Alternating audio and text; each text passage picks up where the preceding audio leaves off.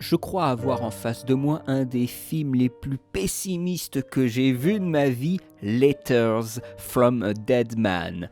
Sorti en 1986, un film soviétique de Konstantin Lopushansky. C'est l'histoire d'un vieux monsieur qui vit dans un bunker anti-atomique sous un musée et qui tente de communiquer avec son fils perdu en lui écrivant des lettres.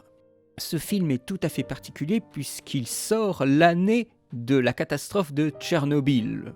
La catastrophe de Tchernobyl a eu lieu la nuit du 25 au 26 avril 1986 et la sortie de Letters from a Dead Man, c'est le 15 septembre 1986. C'est étonnant que le film ait une résonance pareille avec l'actualité du pays à cette époque, mais c'est en même temps un film qui est fait par un homme, Lopushansky, qui était l'assistant de Tarkovsky sur le tournage de Stalker, comme par hasard. Le Stalker qui est aussi fortement lié à la radioactivité, à la zone, voilà, la fameuse zone qui réalise tous les désirs, quelque chose qui est très très proche en fait de l'environnement post-apocalyptique et de l'environnement post-accident nucléaire.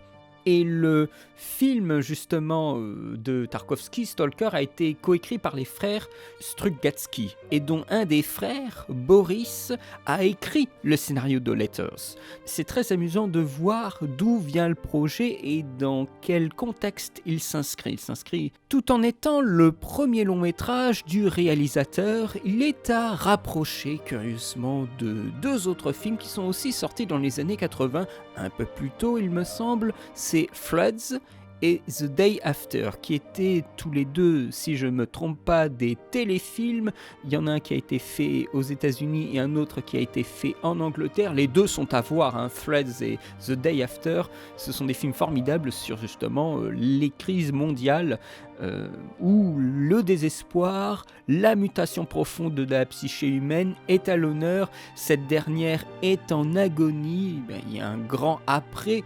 Et nous allons travailler en fait ce sujet de l'après dans ce film-là avec une noirceur. Alors c'est une autre noirceur qu'un autre film auquel je pense qui est Requiem pour un massacre. C'est un autre type parce que ici nous sommes beaucoup plus passifs. Nous ne voyageons pas, nous restons dans des intérieurs, nous restons cloisonnés.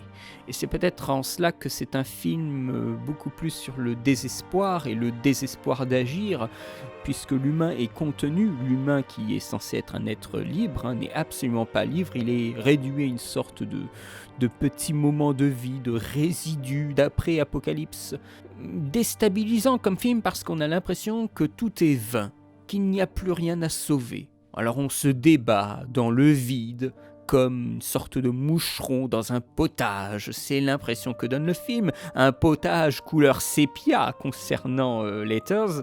La radioactivité arrive progressivement dans le bunker et les quelques habitants qui y restent se suicident ou meurent de maladie. C'est le cas de la femme du héros. On explore par cela la condition humaine dans ses circonstances les plus terribles, avec l'espoir que peut-être à un autre endroit de la planète, eh bien, la situation sera meilleure. Et c'est l'espoir qui fait vivre ce héros, ce professeur Larsen. Que son fils soit en vie, que sa femme survive, que les orphelins qu'il croise à la fin du film survivent également. Mais tout cela est plongé dans une horreur, dans une ruine. C'est un des premiers plans du film, c'est le plan où il sort du bunker et on a un très long dézoom de là d'où il sort et on se rend compte qu'on est dans une espèce de grande bâtisse qui est un musée. Et dans un plan séquence, on suit ce personnage qui se déplace à l'extérieur du bunker dans un endroit complètement désolé, complètement terrible. Le décor est formidable. Il s'installe finalement le rythme du film, qui est un rythme lent comparé aux autres films que je vous ai cités, Threads et The Day After, qui fonctionnent beaucoup plus sur des techniques narratives plus classiques, et notamment vis-à-vis de Threads. du montage. Le montage de Floods est très très très intéressant, il est très percutant, surtout dans sa deuxième et dernière partie.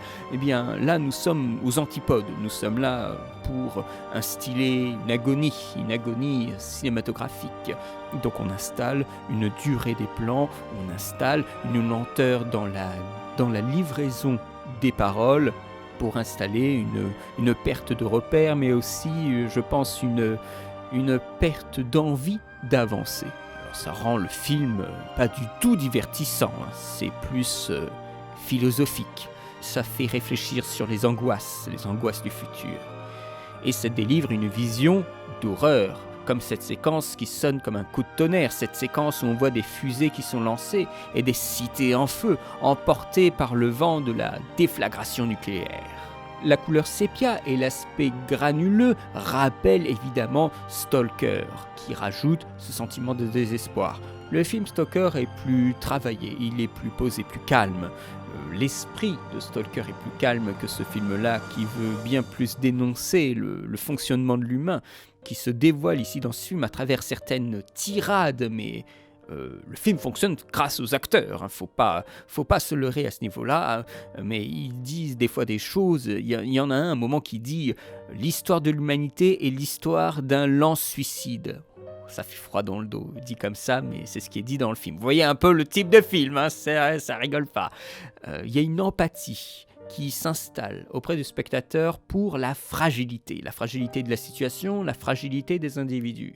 On regarde peu à peu les gens se désintégrer émotionnellement, et la solitude et finalement le peu d'espoir que nous avons, nous la transmettons aux enfants. Au point qu'au début du film, on commence avec la voix off de ce professeur, qui est notre héros, et à la fin, la voix off est transmise aux enfants. Les enfants parlent dans le dernier moment du film. Et nous terminons avec une parole écrite du manifeste d'Einstein. Souvenez-vous de votre humanité et oubliez le reste. Donc pour les gens qui sont intéressés par ces types de films, des films qui ne sont pas faciles d'accès, non pas qu'ils soient compliqués à trouver, ou que les sous-titres ne soient pas synchro, c'était le cas pour moi, mais ce sont des films qu'il faut avoir envie d'approcher, parce que ce sont des films qui ne vont pas vous mettre dans un bon état. Donc il faut prendre son courage à deux mains et affronter l'angoisse, la décrépitude et le désespoir.